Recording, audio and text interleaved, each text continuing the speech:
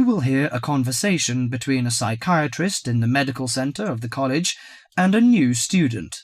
First, you have some time to look at questions 1 to 4.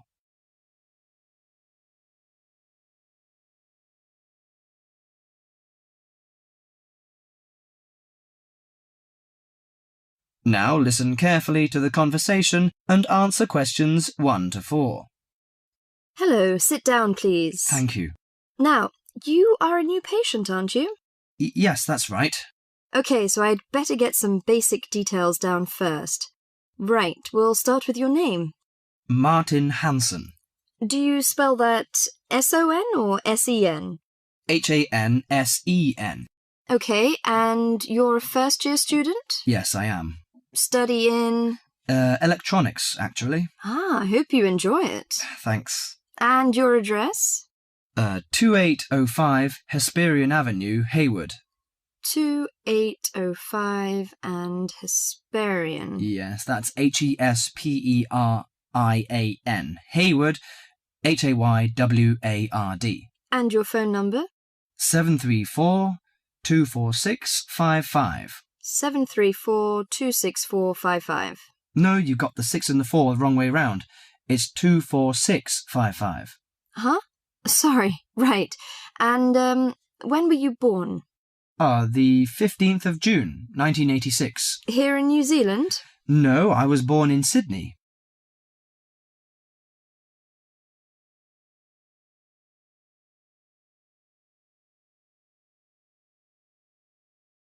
Before you hear the rest of the conversation, you have some time to look at questions 5 to 10.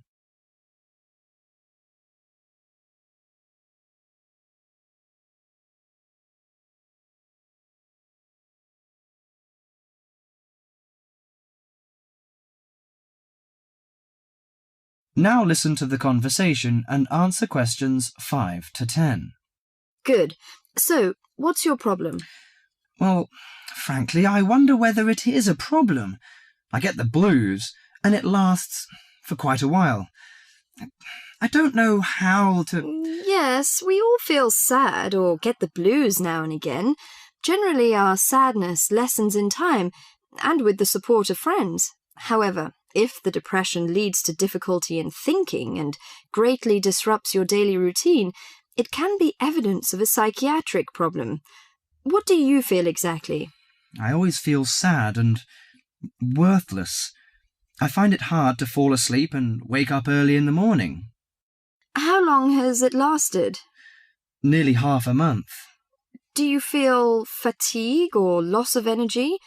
Or you may have lost interest or pleasure in usual activities? Yes, sometimes. At first I thought I could overcome it by myself, but I failed, and I'm so glad that you came here. It seems that you are suffering mild depression from your symptoms. Depression? Yes, I feel depressed sometimes. But why would I... Depression may occur as a result of biochemical changes in the body. Alcohol, amphetamines, cocaine, and LSD can bring on depression. Those who have a family history of depression usually have a greater risk of depression. Sometimes the worrying changes in life can lead to depression. I see. I had a really bad breakup of a love relationship. It makes me feel hopeless. Do you think I need some treatment? Yes. Antidepressant medications are often used to treat depression, if it is serious. But I don't suggest them at first because of the side effects. I suggest psychotherapy, which can give you support and help you regain control. So do I need to come here every day? No, I will arrange counselling sessions for you, which will last 12 to 20 weeks. You come here once or twice each week. The psychotherapy is directed at helping you gain insight and understanding about events in your life, which may have contributed to your depression. With growing insight, you can often learn more effective ways of coping with your feelings and changing your behaviour. What can I do to take care of myself? Well, at first you should do some physical exercises on a regular basis, at least 3 times a week. How is your food? Do you eat well? Yes, I think so. I eat at my homestay family. Good. Find a hobby or a positive recreational activity to participate in once or twice a week. I know it's difficult for you, though. When you feel it's hard to overcome the depression, come to the counselling session. Remember, ask for help if the load is too heavy to handle. Yes, I'll try. So, when will my counselling session begin? I'm going to arrange that for you. That is the end of part 1. You now have half a minute to check your answers.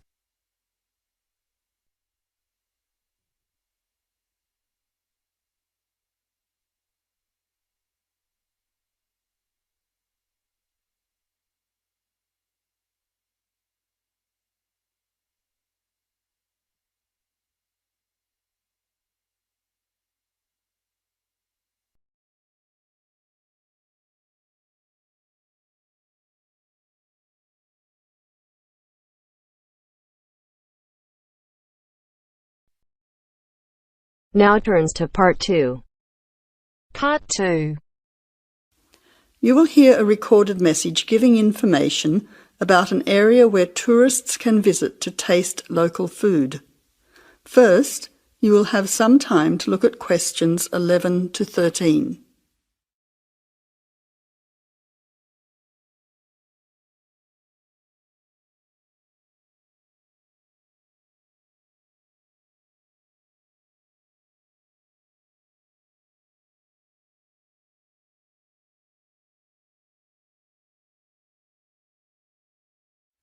Now listen carefully to the first part of the message and answer questions 11 to 13. Welcome to the tourist information line for the Valley Food Trail. Here you will find many local food products for you to sample and buy. It is possible for you to spend as much or as little time as you want, but I suggest that you allow a full day for touring this area. Of course, there are many half-day tours available for those of you short on time. Now, it's quite a large area and stretches from Brookville to Ford Hill. For those of you unfamiliar with the area, that means that it is 10 kilometres to 35 kilometres from the city centre, or by car 15 minutes to the closest point, continuing to 55 minutes at its furthest point from the CBD. Of course, apart from food, there are many other places of interest in this area, including cafes and restaurants and galleries and studios. But I wouldn't recommend you go here to see parks and gardens. The other information lines will give you specific information related to these particular attractions. Before the final part of the message, you now have 20 seconds to look at questions 14 to 20.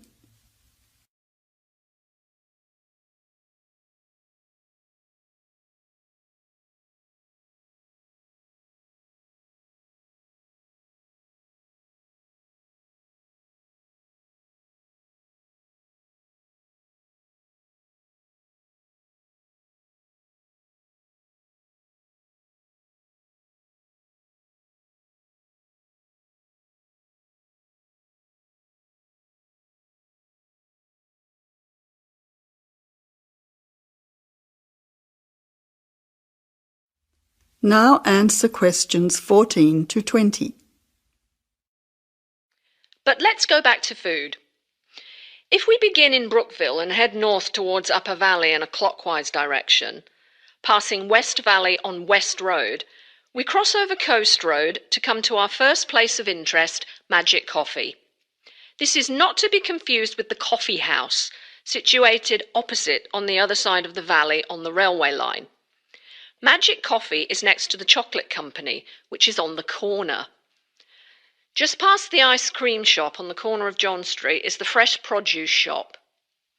A little further north, we have reached Ford Hill, where we can start our drive southwards along Great Northern Highway following the railway line.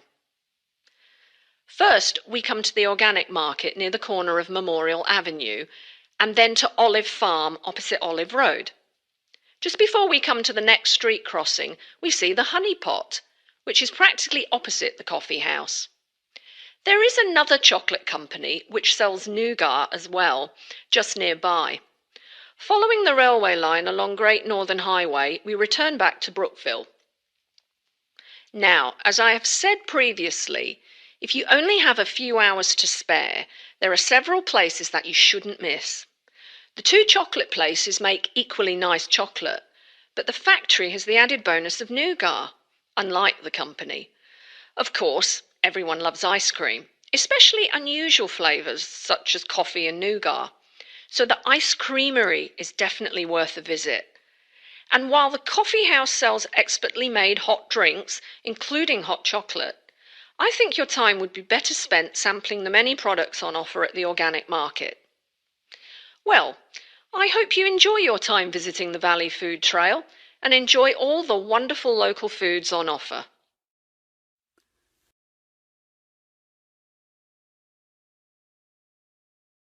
That is the end of part 2. You now have half a minute to check your answers.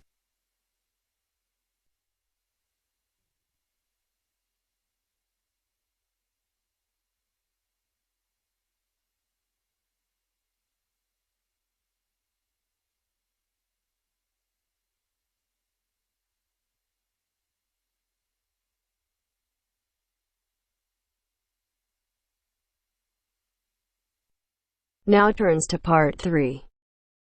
Part 3. You will hear two engineering students, a woman in her 6th year called Linda and a man in his 5th year called Matthew, discussing the benefits of student work placements. Before you listen, you have some time to look at questions 21 to 26.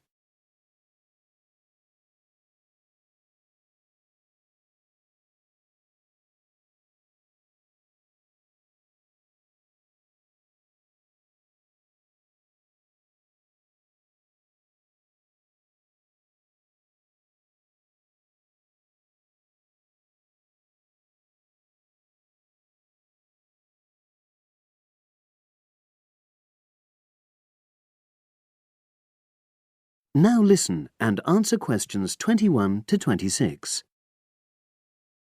Hi, Linda. Can you spare a few minutes? Hello, Matthew. No problem. I just wanted to talk to you about temporary work placements. I've never really thought there was a good reason for doing one. I've got some savings, so I don't really need the money at the moment. But I've had an email from the university about a vacancy that looks quite interesting. You did a placement last year, didn't you? I did, yes. In my case, I wanted to find out if I was making the right career choice before I began applying for permanent jobs. I thought I wanted to work in car manufacturing, but I wasn't sure, so I applied to Toyota. What was the application process like? Lengthy. There were a lot of different parts to it. The dullest one was a psychometric test. You know, when you have to answer loads of questions about yourself. And you're trying to guess what's the best thing to say. Yes. Then there was an activity that we did in groups, which I found really fascinating. Engineers are renowned for being a bit unsociable, but I thought we made a great team. And we had an individual task too. We had to sort through various business documents and prioritize them. It was just like what you have to do as a student, really, just with different content. What exactly were you doing on the placement? I was helping to design some diagnostic software to identify any waste in the car assembly process. Do you mean waste of materials? No, time. Anything that can speed the process up helps to cut costs. How did the work placement compare to being a student? Was it hard work? Yes, it was. I'd had full-time work before. I've done various unskilled jobs during university holidays, and some of those involve long hours. So I thought I'd find it easy. I was wrong, though.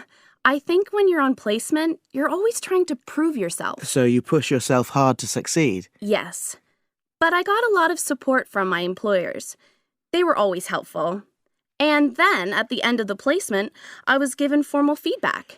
Do you mean on your engineering ability? Well, no. I didn't really need that because we had team meetings every other day.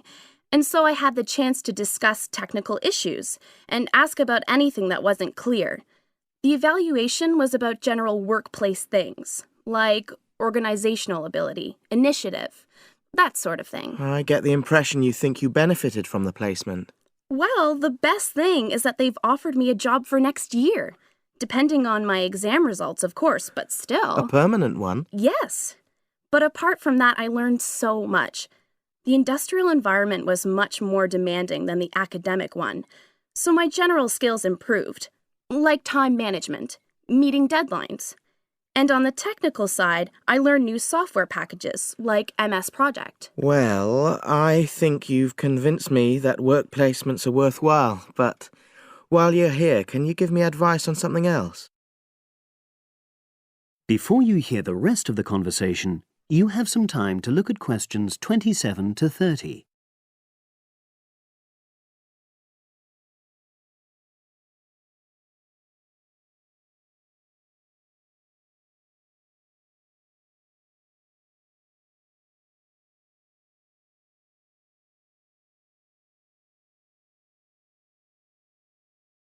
Now listen and answer questions 27 to 30.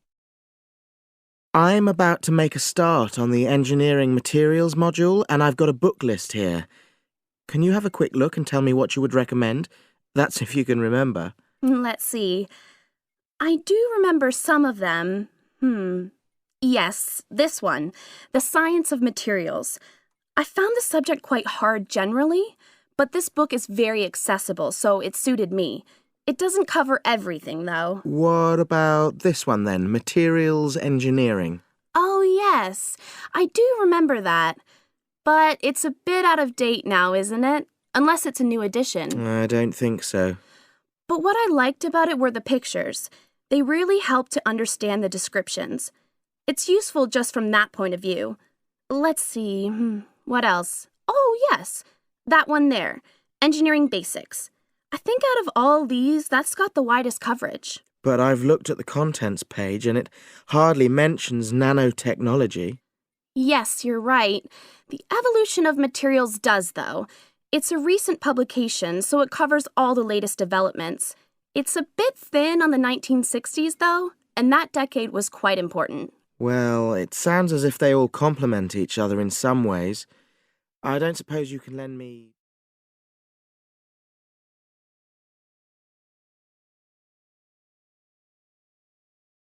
That is the end of part 3. You now have half a minute to check your answers.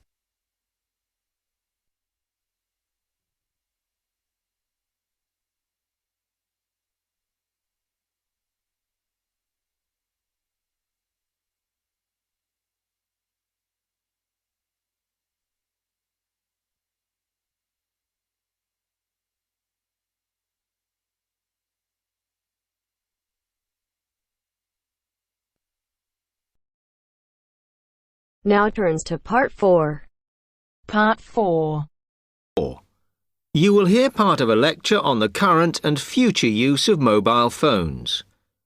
You now have 30 seconds to read questions 31 to 35.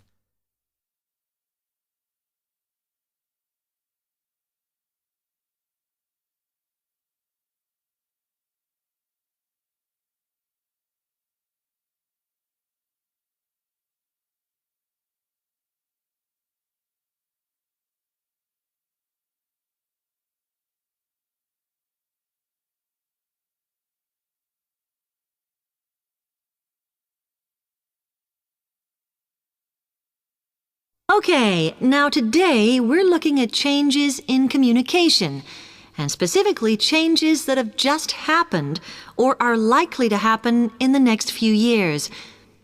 Key to this is the mobile phone, which is increasingly being seen as an all-purpose system rather than just a phone.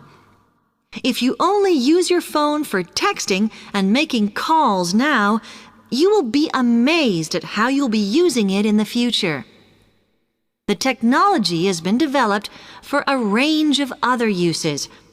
For example, phones could be used so that if you are meeting someone and they get lost, you could send them a map of your location to help them.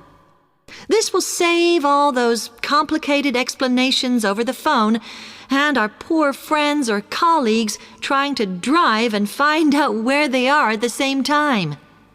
And if you get bored waiting, or if you're traveling, for example, you will soon be able to see TV news on your phone as it is actually being broadcast. This means that you won't have to miss any of your favorites if you were away for a few days. Most people have got used to texting now, and young people send pictures to each other. But what is exciting is the possibility of putting music with them before you send them. And it's not all frivolous. Phones are going to become even more critical in business and education. Some recent developments have a highly practical usage. So, for example, as lecturers, we will be able to send everybody a text to let them know if lectures have been cancelled. And the new phones could have a further use in education, as well as business, as they will enable us to go to any destination, such as when we are doing a field trip, for instance. And from there, to send data directly to a computer so that we can access it when we get home. This means we will no longer be limited by what the phone can store. You now have 30 seconds to read questions 36 to 40.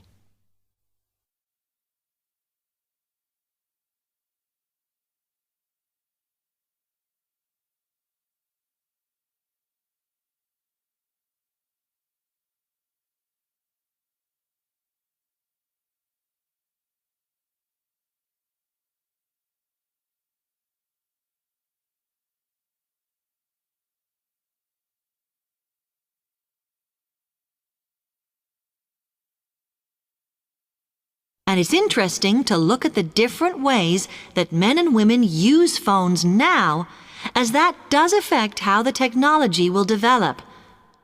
Some research has been done on how people use phones, and some of the results are surprising. One of the increasing usages of mobile phones is to get all sorts of data, such as phone numbers, the weather, train times, etc. And while there's been an attempt to set up connections with things that women might be interested in accessing, it is overwhelmingly men who do this. But what about the traditional use of a phone? To speak to people? I suppose we would predict that it is mainly women who use phones as a method of contact for friends and family, but, in fact, the genders exploit this facility equally. I've spoken about the increased business usages that phones will offer, and I suppose we would associate this usage with men. The survey picked up, though, that women are often working from home or catching up with work in the evenings, so they use phones in this way as much as men do. Most of us are aware we can store photos on our phones. It's an ideal method of capturing a moment wherever you are. Women tend to be the group that keep photos on their phones, but it seems that men use their phones to actually take pictures much more than women do. And of course, all this knowledge affects the marketing that the companies will do in order to sell the phone.